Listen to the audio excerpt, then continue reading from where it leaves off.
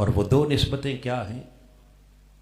ایک نسبت ہے معراج مصطفیٰ کی اور دوسری نسبت ہے ولادت علی المرتضیٰ کی۔ پہلی نسبت معراج مصطفیٰ کی ہے، وہ بڑی نسبت ہے، اور دوسری نسبت ولادت علی المرتضیٰ کی، وہ بھی بڑی نسبت ہے۔ ان دونوں نسبتوں کے بیان کے لیے قرآن مجید کی سورہ رعد کی آخری آیت کریمہ، آیت نمبر 43، جس میں خالق کائنات نے ارشاد فرمایا وَيَقُولُ الَّذِينَ كَفَرُوا لَسْتَ مُرْسَلًا، اے میرے حبیب صلی اللہ تعالی علیہ وآلہ وسلم، یہ کافر لوگ کہتے ہیں کہ آپ اللہ کے رسول نہیں ہیں، یعنی کفار آپ کی رسالت کا انکار کرتے ہیں۔ مشرکین مکہ آپ کو اللہ کا رسول ماننے کے لیے تیار نہیں، لہذا ان کفار سے کہہ دو قل کفا باللہ شہیدن بینی و بینکم، میرے حبیب آپ انہیں فرما دو کہ اے کافرو، تم میری نبوت کو مانو یا نہ مانو، میری نبوت کا اقرار کرو یا انکار کرو، مجھے اس سے کوئی فرق نہیں پڑتا، اس لیے کفا باللہ شہیدہ، میری نبوت کی گواہی دینے کے لیے میرا خدا کافی ہے، میری نبوت کی گواہی دینے کے لیے میرا اللہ کافی ہے۔ شہیدن بینی و بینکم، جو میرے اور تمہارے درمیان اس نبوت محمدی کے ثبوت کے لیے سب سے بڑا گواہ ہے، اور وہ کون ہے؟ اونچا بولی اللہ۔ اور پھر آگے فرمایا وَمَنْ عِنْدَهُ عِلْمُ الْكِتَابِ، میری نبوت کا گواہ اللہ رب العزت کی ذات ہے، اور یقیناً اس عظیم گواہ کے بعد مزید کسی گواہی کی ضرورت باقی رہتی نہیں، مگر اس کے باوجود خدا خود بھی میری نبوت کا گواہ ہے، اور اس نے اس زمین کے اوپر میری نبوت کا دوسرا گواہ اسے بنایا ہے جسے کتاب کا کامل علم عطا فرمایا ہے۔ من عندہ علم الکتاب، جسے کتاب کا علم کامل عطا کیا۔ اب حاضرین محترم، معلوم یہ ہوا کہ تاجدار کائنات کی نبوت کے دو گواہ ہیں، ایک اللہ اور دوسرا کتاب کا کامل علم رکھنے والے۔ دیکھنا یہ ہے کہ اللہ کی گواہی سے مراد کیا ہے، نمبر ایک، اور نمبر دو من عندہ علم الکتاب، جسے اللہ نے کتاب کا کامل علم عطا فرمایا، اس ہستی سے مراد کیا ہے؟ تو پہلی ذات کس کی ہے؟ رب ذوالجلال کی۔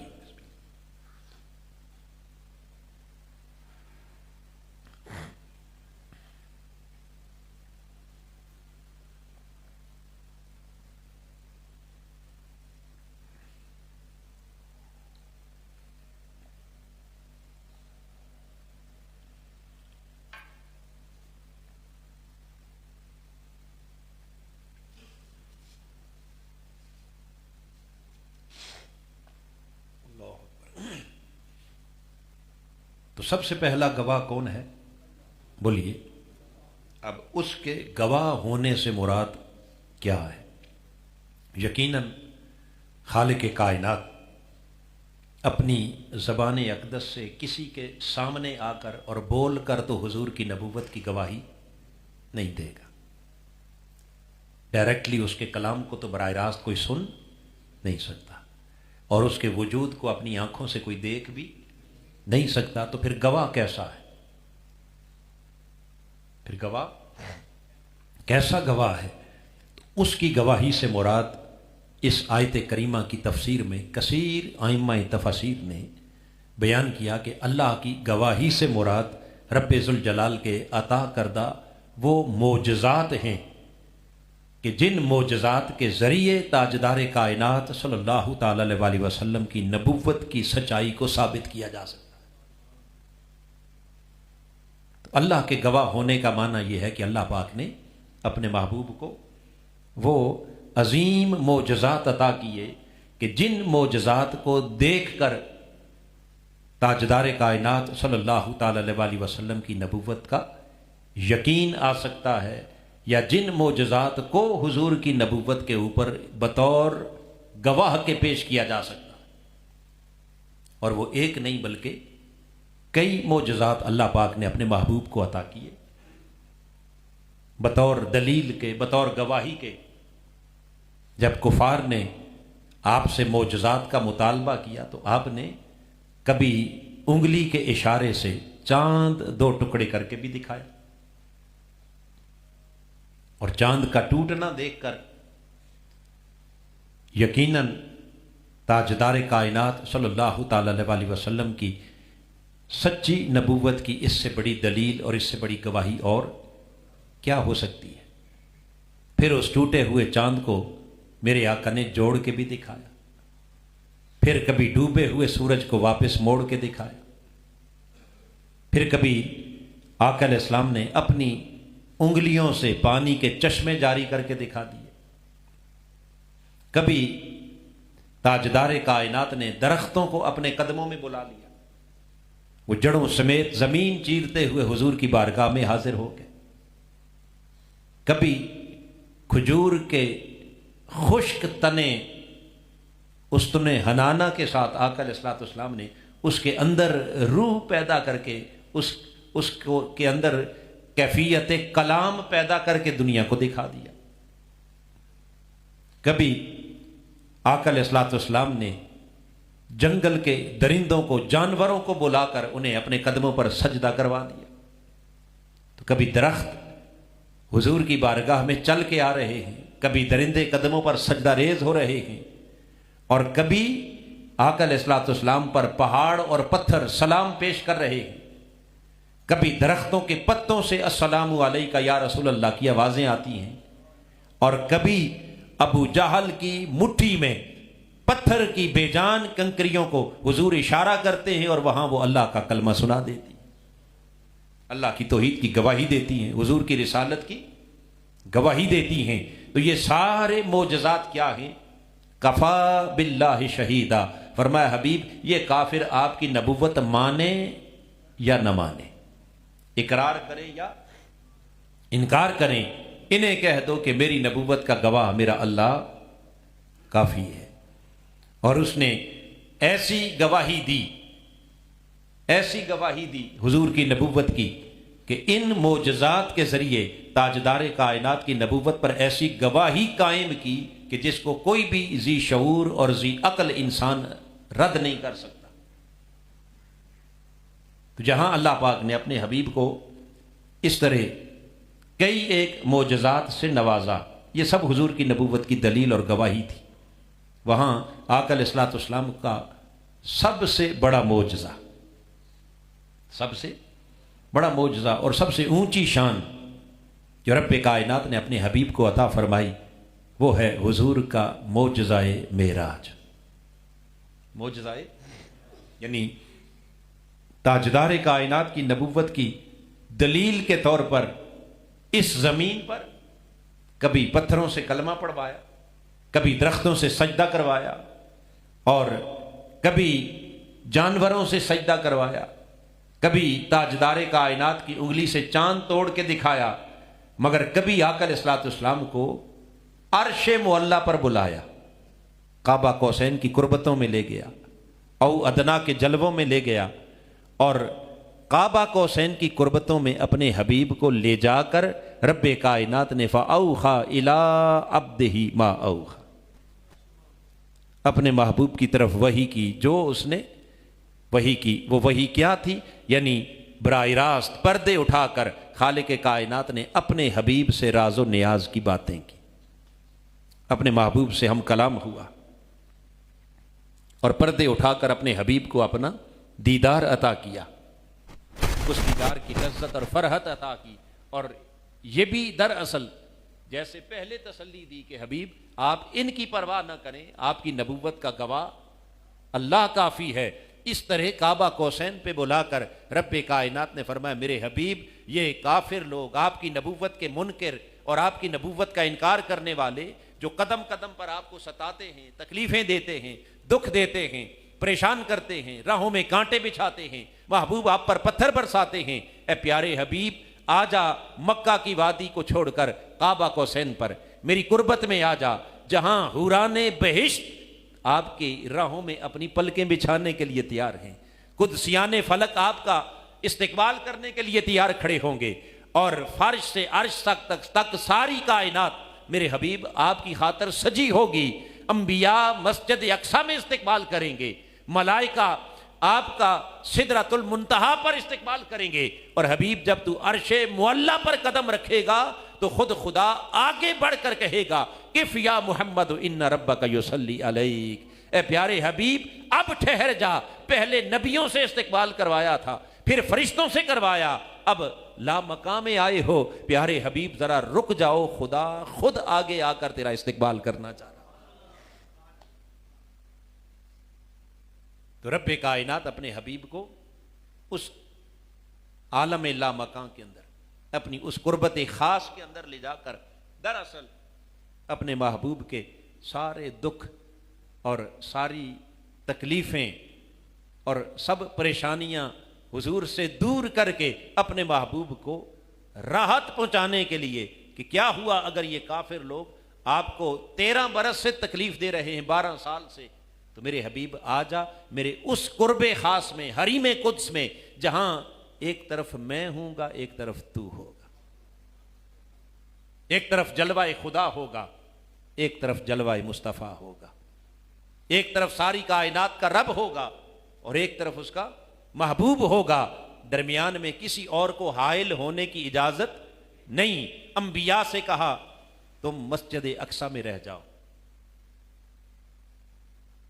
براق وہ 7ویں آسمان سے نیچے رہ گیا، جبرائیل سدرۃ المنتہا پر روک دیا، رف عرش کے نیچے رک گیا، فرمایا ہر شے نیچے رہ جائے، ادھر تنہا ایک خدا ہو اور ایک مصطفیٰ، اور درمیان میں کوئی تیسرا نہ ہو، فرمایا حبیب اس خلوت اور تنہائی میں تو مجھے دیکھ لے میں تجھے دیکھ لوں، تو مجھے دیکھ لے میں تجھے دیکھ لوں، دیکھنے کا مزہ آج کی رات ہے۔ لہذا اس قربت میں لے جا کر اپنے محبوب کی ایک تو تسلی کا سماں کیا، کیا کیا حضور کی تسلی کا، راحت کا سماں کیا، اور پھر دوسرا کائنات خلق کو بتا دیا کہ اے کائنات والو تم میرے محبوب کی نبوت کا انکار کرتے ہو، ذرا میرے مصطفیٰ کی پرواز تو دیکھو، میرے محبوب کی بلندی تو دیکھو، میرے حبیب کی عظمت تو دیکھو، سبحان الذی اسری بعبدہ، کیا شان ہے اس مصطفیٰ کی جس کا خدا خود کہہ رہا ہے کہ ہم نے راتوں رات اپنے بندے کو سیر کروا دی، اور سیر بھی کہاں کی؟ مکان سے لا مکان کی، فرش سے لے کر عرش تک کی سیر، ملکوت کی سیر کروائی، جبروت کی سیر کروائی، لاہوت کی سیر کروائی، ارے اس عالم خلق کی بھی سیر کروائی، اس عالم امر کی بھی سیر کروائی، تو ساری کائنات سمٹ کر جس محبوب کے قدموں میں آ گئی، ارے تم اس محبوب کی نبوت کا انکار کرتے ہو؟ زمین و آسمان کی وسعتیں جس کے لیے سمٹ گئیں، کیا تم اس حبیب کی نبوت کا انکار کرتے ہو؟ کیا میرے مصطفیٰ کی نبوت کے لیے کہ سب سے بڑی گواہی کے طور پر میرے محبوب کا یہ معجزہ معراج کافی نہیں ہے کہ راتوں رات میرا حبیب مکان و لا مکان کی ساری وسعتوں کو عبور کرتا ہوا کہاں جا پہنچا؟ عرش معلیٰ تک، اپنے رب کی بارگاہ میں، اس کے حریم قدس میں جا پہنچا، اور پھر اس حریم قدس میں جہاں محب اور محبوب، رب اور اس کے حبیب کی آپس میں کیا ہے؟ ملاقات، اور وہ ملاقات کا منظر بھی بڑا عجیب ہے۔ اعلیٰ حضرت نے کہا نا اٹھے جو کسرے دنا کے پردے، کوئی خبر دے تو کیا خبر دے، وہاں تو جا ہی نہیں دوئی کی، کسے بتائیں کدھر گئے تھے۔ تبارک اللہ ہے شان تیری، تجھ ہی کو زیبا ہے بے نیازی، کہیں تھا وہ جوش لن ترانی، کہیں تقاضے وصال کے تھے۔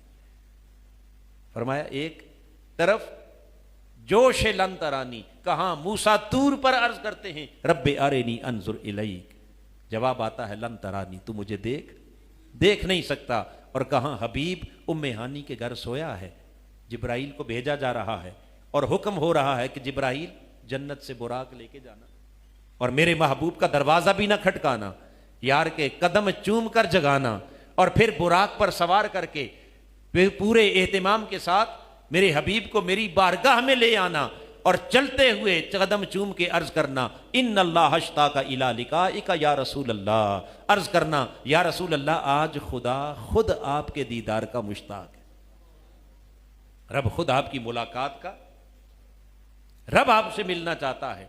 تو کہاں وہ موسیٰ جو عرض کرے مولا ایک جھلک دکھا دے، جواب آئے دیکھ نہیں سکتا، اور کہاں حبیب سویا ہو اور اٹھا کے بلایا جائے کہ محبوب چلے آؤ، آج ہم آپ سے ملاقات کے مشتاق۔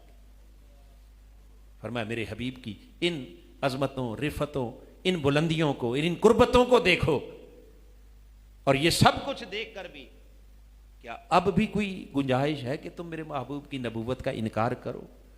اور پھر حبیب کی لا مکان کے اندر اس پرواز کو دیکھو، اور پھر تاجدار کائنات کے سفر کی تیزی رفتار کو دیکھو کہ مکان سے لا مکان کا سفر کر ڈالا، خالی سفر نہیں بلکہ مکان و لا مکان کی سیر کر ڈالی، ملکوت و جبروت کی سیر کر دی، عرش اور فرش کی سیر کر ڈالی، اور اپنے رب کی ملاقات کے بعد جب میرا حبیب پلٹ کر واپس مکہ کی وادی میں آتا ہے تو تیزی رفتار کا یہ عالم ہے کہ میرے مصطفیٰ کے وضو کا پانی بھی ابھی زمین پر بہ رہا ہوتا ہے، تیز رفتاری کا یہ عالم ہے کہ تاجدار کائنات کا بستر مبارک بھی ابھی ٹھنڈا نہیں ہوا، اور حضور کی تیز رفتاری کا عالم یہ کہ جس دروازے سے گزر کے گئے تھے جب لوٹ کے آئے تو ابھی اس دروازے کی کنڈی بھی ہل رہی۔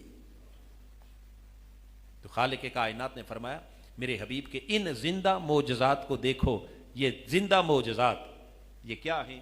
یہ تاجدار کائنات کی نبوت کی سب سے بڑی دلیل ہے، اور یہ معجزات کا دلیل ہونا فرمایا کفا باللہ شہیدہ، حبیب یہ تیرے رب کی طرف سے تیری نبوت کی سب سے پہلی گواہی ہے، تیرے رب کی طرف سے تیری نبوت کی کیا ہے؟ بولیے۔ تو پہلا گواہ اللہ پاک نے کسے قرار دیا؟ خود کو، اور اللہ کی گواہی سے مراد حضور کے کیا ہیں؟ معجزات ہیں، اور ان سارے معجزات میں سب سے عظیم معجزہ حضور کا معجزہ معراج ہے۔ اب حاضرین محترم یہ تو پہلا گواہ ہو گیا، بس میں نے اختصاراً تھوڑا سا ذکر حضور کے سفر معراج کا کر دیا، تفصیل اس کے کئی پہلو، کئی گوشے ہیں، کئی جہات ہیں، اور ہر جہت کی پھر کئی تفصیلات ہیں، اور کئی گوشوں اور پہلوؤں پر اس سے پہلے بھی کئی نشستوں میں ہم ذکر کر چکے ہیں، اس وقت وہ ڈیٹیل بتانا مقصود نہیں ہے، بس خلاصتاً عرض کیا کہ جیسے باقی معجزات اس طرح سب سے بڑا معجزہ معراج ہے، اور اس کو اللہ نے حضور کی نبوت کی کیا دلیل اور گواہی بنایا، یہ تو پہلی گواہی ہے۔ مگر خالق کائنات نے اس پر اکتفا نہیں کیا، بلکہ آگے فرمایا من عندہ علم الکتاب، فرمایا حبیب تیری نبوت کا ایک دوسرا گواہ بھی ہے۔ کیا ہے؟ دوسرا گواہ بھی، اور وہ دوسرا گواہ کون ہے؟ فرمایا جسے ہم نے اس کتاب کا کامل علم عطا کیا۔ اب دوسرے گواہ کی ضرورت پیش کیوں آئی؟ فرمایا اس لیے کہ بے شک یہ معجزات آپ کی نبوت کی بہت بڑی گواہی ہے اللہ کی طرف سے، مگر یہ کافر لوگ جو آپ کی نبوت کے انکاری ہیں وہ ان معجزات کو بھی نہیں مانیں گے، جب بھی کوئی معجزہ دیکھتے تو اس معجزے کو دیکھ کر وہ اسے اتنا کہہ کے انکار کر دیتے کہ یہ تو جادوگری ہے۔ یہ کیا ہے؟ بولیے۔ چاند ٹوٹتے دیکھا تو کہا یہ تو جادو کا کرشمہ ہے، سورج مڑتے دیکھا کہا کیا ہے؟ یہ بھی جادو ہے. پتھروں کو بولتے دیکھا، کہا یہ بھی جادو ہے. درختوں کو چلتے دیکھا، یہ بھی کیا ہے؟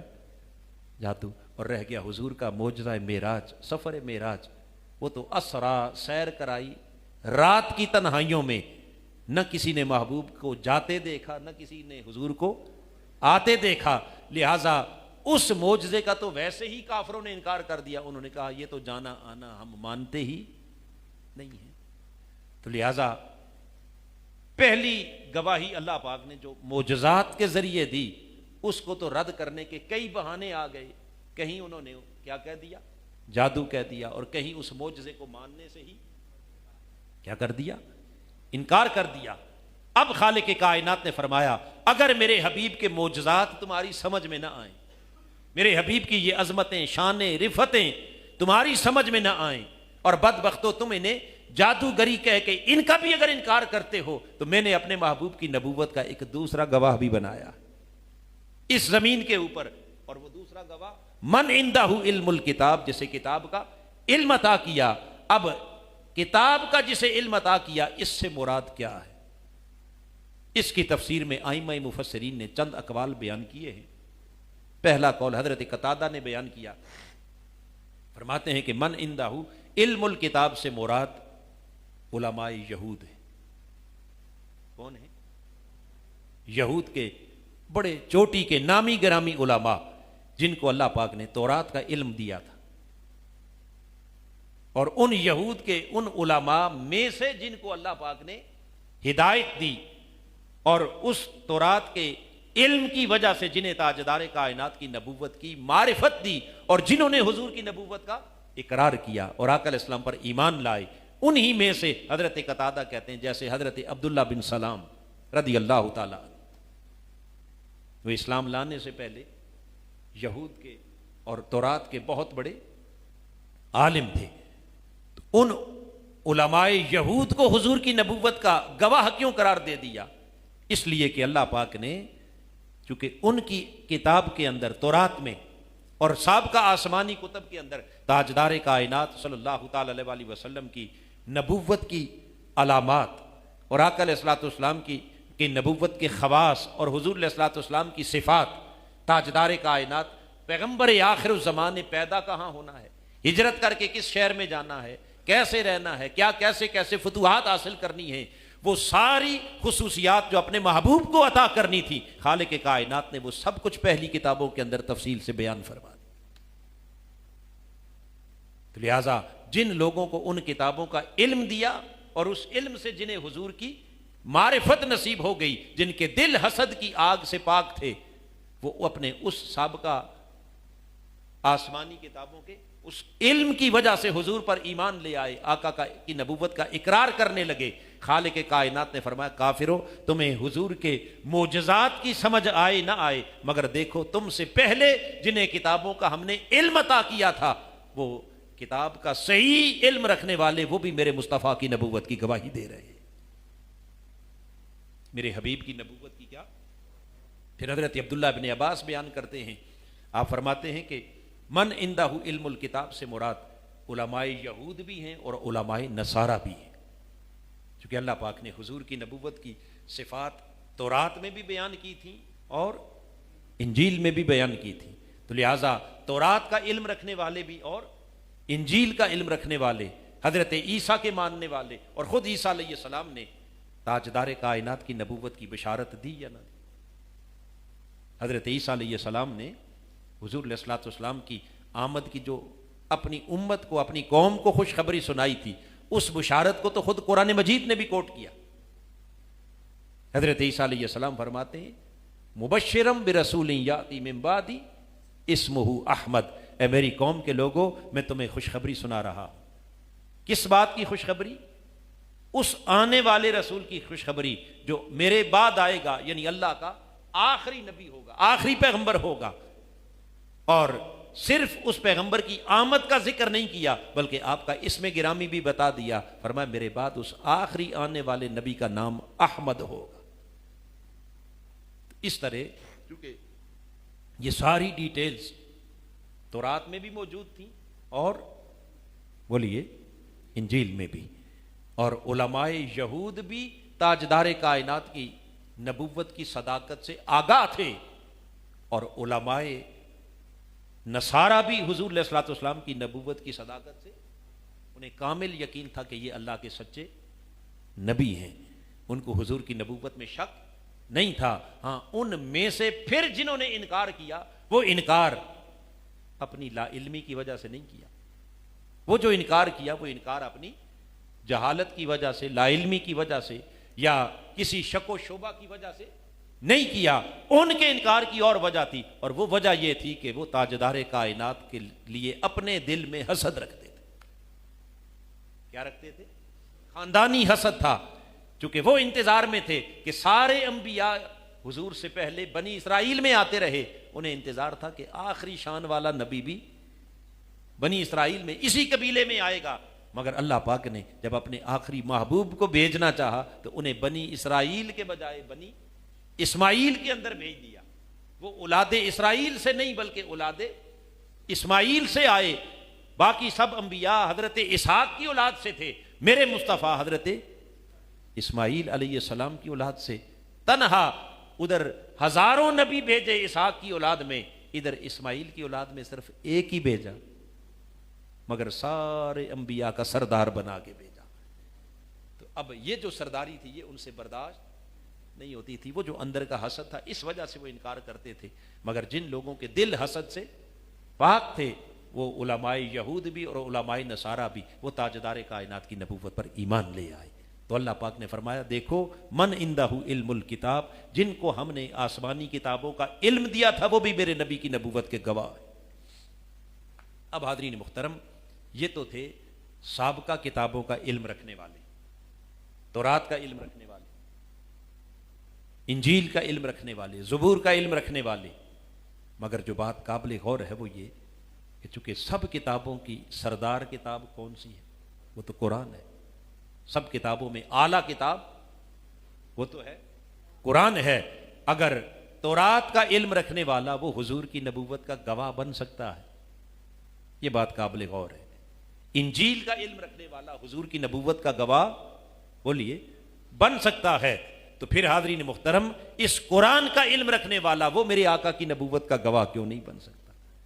لہذا ماننا پڑے گا کہ وہ گواہ اپنی جگہ، مگر اس قرآن کا علم رکھنے والا وہ تاجدار کائنات کی نبوت کے گواہوں میں سب سے بڑا گواہ من عندہ علم الکتاب، جنہیں اللہ پاک نے اس کتاب یعنی قرآن کا علم عطا کیا ہے۔ اور اس قرآن کا علم میرے آقا کی امت میں ہزاروں لاکھوں لوگوں کو ملا اور قیامت تک ملتا رہے گا، ہر ایک کو اپنے اپنے حسب حال۔ مگر اس قرآن مجید کا جو کامل علم اور اس کی کامل معرفت اللہ نے تاجدار کائنات کی امت میں سے جس ہستی کو عطا کی ہے، اس ہستی سے مراد سیدنا مولا علی المرتضیٰ کی ذات گرامی۔ اس لیے امام محمد بن حنفیہ رضی اللہ تعالیٰ عنہ آپ اس آیت کریمہ کی تفسیر بیان کرتے ہوئے فرماتے ہیں، من عندہ علم الکتاب، پہلا گواہ اللہ رب العزت نے فرمایا میں ہوں، اور دوسرے گواہ کے طور پر خالق کائنات نے من عندہ علم الکتاب سے جس ہستی کی طرف اشارہ کیا ہے، امام محمد بن حنفیہ کہتے ہیں ان سے مراد مولا کائنات کی ذات اقدس۔ تو پتہ یہ چلا کہ اللہ کی نبوت کے کتنے گواہ ہو گئے؟ دو۔ کتنے ہو گئے جی؟ دو گواہ۔ ایک خود خدا، پہلا گواہ کون ہے؟ بولیے کفا باللہ شہیدن بینی و بینکم، کہہ کر بتا دیا کہ حبیب تیری نبوت کے دو گواہ ہیں، ایک گواہ خود خدا ہے اور تیری نبوت کا دوسرا گواہ علی المرتضیٰ ہے۔ من عندہ علم الکتاب کہہ کر دوسرا گواہ کسے قرار دیا؟ بولیے مولا کائنات کو۔ اب چونکہ قرآن نے نام تو لیا نہیں، کہا جس کے پاس کتاب کا علم ہے۔ اب اس کی تفسیر میں ایک قول بیان کیا حضرت محمد بن حنفیہ نے کہ یہاں مراد مولا کائنات کی ہے۔ اب کیا صرف ان کا یہ ایک قول ہے، یا اس قول کی تصدیق اور تائید خود زبان رسالت سے بھی ملتی ہے؟ تاجدار کائنات نے فرمایا یوں تو میری امت میں کئیوں کو اس کتاب کا علم ملا اور کئیوں کو قیامت تک ملتا رہے گا، مگر اس قرآن کی خاص معیت جو علی کو عطا ہوئی، تاجدار کائنات نے فرمایا علی مع القرآن والقرآن مع علی لا یفترقان حتی یرد علی الحوض۔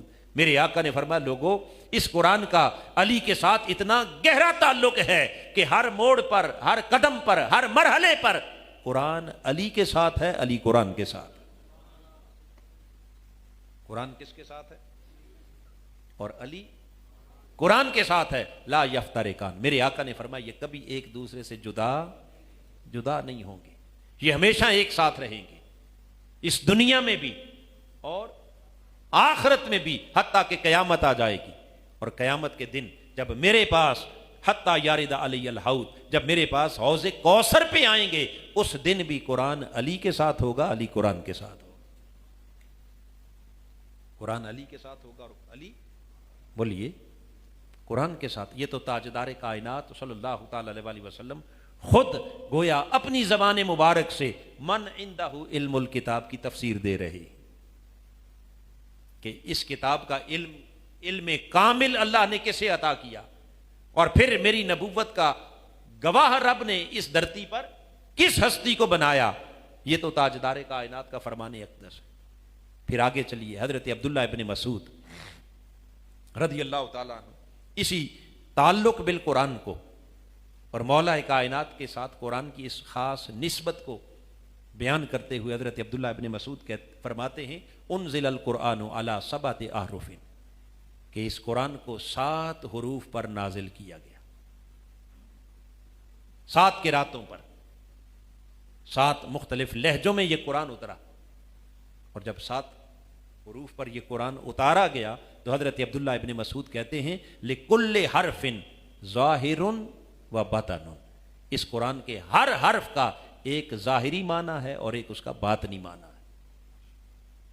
یعنی یہ قرآن صرف وہی کچھ نہیں کہ جو آپ کو ظاہری لفظوں کا معنی سمجھ میں آ رہا ہے، نہیں، لِكُلِّ حَرْفٍ ظَاهِرٌ وَبَاطِنٌ، ایک ظاہری معنی جو ہر کسی کی سمجھ میں آتا ہے، اور ایک اس قرآن کے ہر حرف کا باطنی مخفی معنی ہے جو ہر ایک کی سمجھ میں نہیں آتا، جیسے کوئی سمجھ پاتا ہے، جسے کوئی سمجھ پاتا ہے۔ اور حضرت عبداللہ ابن مسعود کہتے ہیں وَإِنَّ عَلِيَّ ابْنَ أَبِي طَالِبٍ عِنْدَهُ ظَاهِرٌ وَبَاطِنٌ، بے شک ہم میں سے مولا کائنات کی ہستی وہ ہستی ہے کہ جسے خالق کائنات نے اس قرآن کا علم ظاہر بھی عطا کیا ہے، اور جنہیں خدا نے اس قرآن کا علم باطن بھی عطا کیا۔ یہ کون کہہ رہے ہیں؟ حضرت عبداللہ ابن مسعود، جو خود قرآن کے سب سے بڑے فقیہ ہیں، قرآن کے سب سے بڑے، بولیے، خود فقیہ، جو قرآن کا دقیق علم رکھنے والے، وہ خود حضرت مولا کائنات کے بارے میں کیا کہتے ہیں؟ فرماتے کہ ہم میں سے جن کو اللہ نے کاملاً اس قرآن کا ظاہر اور باطن عطا کیا ہے، وہ ہستی مولا علی المرتضیٰ کی ہستی ہے۔ یہ وجہ ہے کہ سیدنا مولا علی المرتضیٰ کرم اللہ وجہ الکریم آپ خود اس قرآن کی نسبت ہمیشہ فرماتے سلونی ان کتاب اللہ، اے لوگو اس قرآن کے بارے میں جو پوچھنا چاہتے ہو مجھ سے پوچھ لو، جو پوچھنا چاہتے ہو۔ وفی روایت سلونی اما شئتم، جو تمہارے جی میں آئے مجھ سے پوچھ لو، جو تمہارا دل چاہے مجھ سے پوچھ لو۔ نماز روزے کے بارے میں پوچھ لو، حلال حرام کے بارے میں پوچھ لو، علم شریعت کے بارے میں، علم طریقت کے بارے میں، علم ظاہر کے بارے میں، علم باطن کے بارے میں، حتیٰ کہ قیامت تک تمام علوم جو منصہ شہود پر آئیں گے، سائنس کا علم، ٹیکنالوجی کا علم، فلکیات کا علم، نجوم کا علم، سیارگان فلک کا علم، الغرض جس علم کے بارے میں جو پوچھنا چاہتے ہو، اخبرکم عنہ فی کتاب اللہ، میں تمہارے ہر سوال کا جواب اللہ کی کتاب قرآن سے عطا کروں۔ کون کہہ رہا ہے؟ سیدنا مولا علی المرتضیٰ کرم اللہ وجہ الکریم، جنہیں آقا علیہ السلام نے فرمایا کہ یہ میرے شہر علم کا دروازہ ہے، شہر علم کا، انا مدینۃ العلم وعلی بابھا، اور پھر فرمایا انا دار الحکمت و علی بابوہا، میں حکمت کا گھر ہوں اور اس گھر کا دروازہ علی ہے، میں علم کا شہر ہوں اور اس شہر کا دروازہ۔ اتنا کہہ دینا بھی حضور کا چھوٹی بات؟ بولیے نہیں، کہ میں شہر علم کا شہر ہوں اور اس شہر میں داخلے کے لیے دروازہ کون ہے؟ علی۔ مگر میرے آقا نے اتنا کہہ کر اس پر اکتفا نہیں کیا، آگے پھر خاص بات کہی، اور وہ خاص بات بڑی توجہ طلب ہے۔ میرے آقا نے فرمایا من اراد العلم، بس تم میں سے جو کوئی علم کا ارادہ رکھتا ہو، جو کوئی، بولیے، علم کا متلاشی ہو، جو کوئی علم کا پیاسا ہو، جسے علم چاہیے، معرفت چاہیے، حکمت چاہیے، قرآنی بصیرت چاہیے، دانائی چاہیے، اس کے لیے میرے آقا نے فرمایا فَلْيَأْتِ عَلَى الْبَابِ، اسے چاہیے کہ وہ اس دروازے پر آ جائے جو دروازہ میں نے اس شہر علم کا قرار دیا ہے۔ معنی یہ ہے کہ لوگوں، اگر علم مصطفیٰ سے حصہ چاہتے ہو تو علم مصطفیٰ سے حصہ اسی کو ملے گا جو چوکھٹ مولا علی پر آئے۔ علی کی چوکھٹ پر آئے بغیر علم رسول سے حصہ نصیب، بولیے، نصیب نہیں ہوگا۔ لہذا تاجدار کائنات کے علم اور معرفت کی خیرات پانے کے لیے فَلْيَأْتِ عَلَى الْبَابِ، کہاں آنا پڑے گا؟ اس شہر علم کے دروازے پر۔ اور شہر علم کا دروازہ کس کا در ہے؟ علی کا در ہے۔ کس کا در ہے؟ علی کا در ہے۔ اس لیے آقا علیہ الصلوۃ والسلام نے قیامت تک، چونکہ علی کو قرآن سے اور قرآن کو، بولیے، علی سے جوڑ کے بیان کر دیا کہ کسی موڑ پر، کسی مرحلے پر آقا کی نگاہ آگے بہت کچھ دیکھ رہی تھی، حضور کی نگاہ نبوت آگے، بولیے، بہت کچھ دیکھ رہی تھی۔ لہٰذا حضور نے بس 2 جملوں میں بات ختم کر دی کہ جو کچھ جہاں جیسے حالات بھی آ جائیں، اس وقت بس دیکھنا کہ قرآن کدھر ہے۔ کوئی بات سمجھ آ گئی؟ حالات جس رخ بھی چل پڑے، اس وقت دیکھنا کہ قرآن کے ساتھ کون ہے، اور قرآن، بولیے نا، قرآن کس کے ساتھ ہے؟ یہ تو ایک تاریخی حقیقت ہے۔ مگر اس حدیث پاک میں آقا علیہ السلام نے قیامت تک اپنی امت کو ایک خاص پیغام، ایک خاص میسج بھی دیا، اور وہ پیغام یہ ہے، کیا ہے؟ علی مع القرآن والقرآن مع علی۔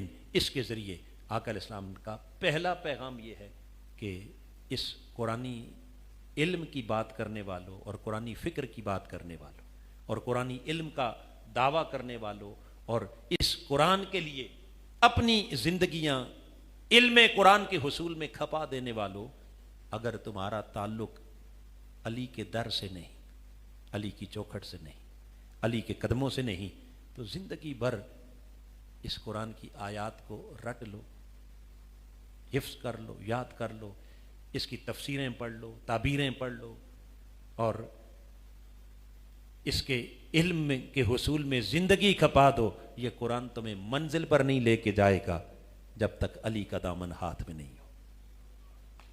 کیونکہ بغیر علی کے قرآن کی سمجھ، پھر بولیے، من اراد العلم فلیات علی الباب، ارے جب تک دروازے پر نہیں آؤ گے شہر میں داخل کیسے ہو؟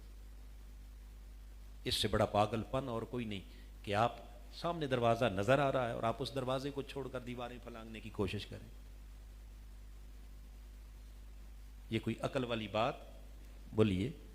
تو آقا علیہ الصلوۃ والسلام نے پہلا پیغام دیا کہ قرآن کے علم کے دعوے داروں اور اس قرآن سے ہدایت کے متلاشیوں، آؤ اس قرآن سے اگر حقیقی تعلق چاہتے ہو تو پھر اپنا تعلق جہاں قرآن سے ضروری ہے وہاں میری آل سے، علی المرتضیٰ کے در سے، ان کے گھر سے، ان کی چوکھٹ سے، ان کی بارگاہ سے۔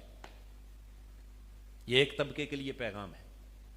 اور دوسرا پیغام اسی حدیث کے اندر کہ قرآن علی کے ساتھ اور علی قرآن کے ساتھ، ایک دوسرے طبقے کے لیے بھی پیغام ہے کہ میرے علی کی محبت کے دعوے داروں، علی کو اپنا وظیفہ بنانے والوں اور اٹھتے بیٹھتے علی کے نعرے لگانے والوں، اگر ساری زندگی بھی علی علی پکارتے رہو مگر تمہارا تعلق اگر قرآن سے نہیں، تمہارا تعلق اگر اس سے قرآنی احکام سے نہیں، قرآنی شریعت سے نہیں، قرآنی تعلیمات سے نہیں، اس سے کٹے ہوئے ہو تو لاکھ علی علی پکارتے پھرو، علی کی بارگاہ کا فیض تمہیں نصیب بغیر قرآن کے نہیں ہوگا، اور قرآن کی بارگاہ کا فیض بغیر علی کے بولیے نہیں ہوگا۔ لہذا اگر علی کا دامن چھوڑ کر محض قرآن سمجھنے کی کوشش کی تب بھی گمراہ ہو جاؤ گے، اور قرآن کا دامن چھوڑ کر خالی صرف علی کی محبت پر تکیہ کر لیا تب بھی گمراہ ہو جاؤ گے۔ ہدایت اسی کو ملے گی جس کے ایک ہاتھ میں دامن قرآن ہوگا، ایک ہاتھ میں دامن علی ہوگا، ایک ہاتھ میں دامن قرآن ہوگا اور ایک ہاتھ میں دامن۔ لہذا حاضرین محترم، آج ہدایت کے لیے چونکہ حضور نے ایک معیار مقرر کر دیا، ایک راستہ ہمیں دکھا دیا، آئیے اس راستے کی تلاش میں نکلیں، قرآن سمجھنے کے لیے وہاں جائیں جہاں سے علی کی محبت ملے، اور علی کی محبت کو ڈھونڈنے وہاں جائیں جہاں سے قرآن کی محبت ملے۔ اگر قرآن کو چھوڑ کر صرف علی کا نام سن کر پیچھے چل پڑے تو گمراہ ہو جاؤ، اور اگر علی کو چھوڑ کر محض قرآن کا نام سن کر چل پڑے تب بھی کیا ہو جاؤ گے؟ تو ہدایت کے لیے اس جگہ کا انتخاب کریں جہاں سے قرآن بھی ملے اور نسبت بولیے نسبت علی المرتضیٰ بھی ملے۔